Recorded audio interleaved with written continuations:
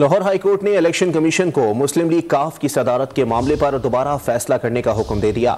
अदालत ने रिमार्क्स दिए कि इलेक्शन कमीशन मुत्तासिब क्यों दिखाई दे रहा है। मजीद जानते हैं डॉन न्यूज़ के नुमाइंदे राना बिलाल से। जी राना बिलाल, अदालत ने मजीद क्या रिमार्क्स दिए हैं?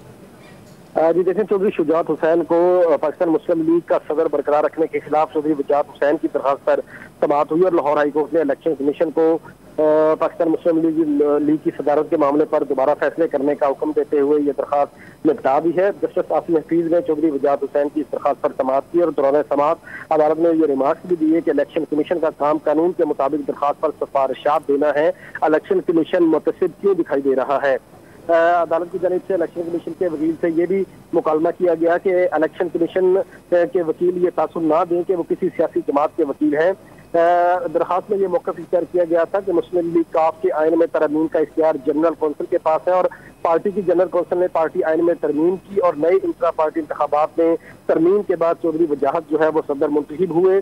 दरखास्त में यह भी कहा गया है कि इलेक्शन एक्ट के मुताबिक चौधरी वजाहत ने कागजात इलेक्शन कमीशन के पास जमा कराए, लेकिन किसी कानूनी जवाब के बगैर ये मुस्तरद कर दिए गए। लाहौर हाई कोर्ट ने अब फैसला दिया है कि इलेक्शन कमीशन पाकिस्तान मुस्लिम लीग नून की जो पाकिस्तान मुस्लिम लीग काफ की सदारत के मामले पर जो है वो कानून के मुताबिक दोबारा फैसला करे। ठीक है, बहुत शुक्रिया राना बिलाल अपडेट करने के लिए।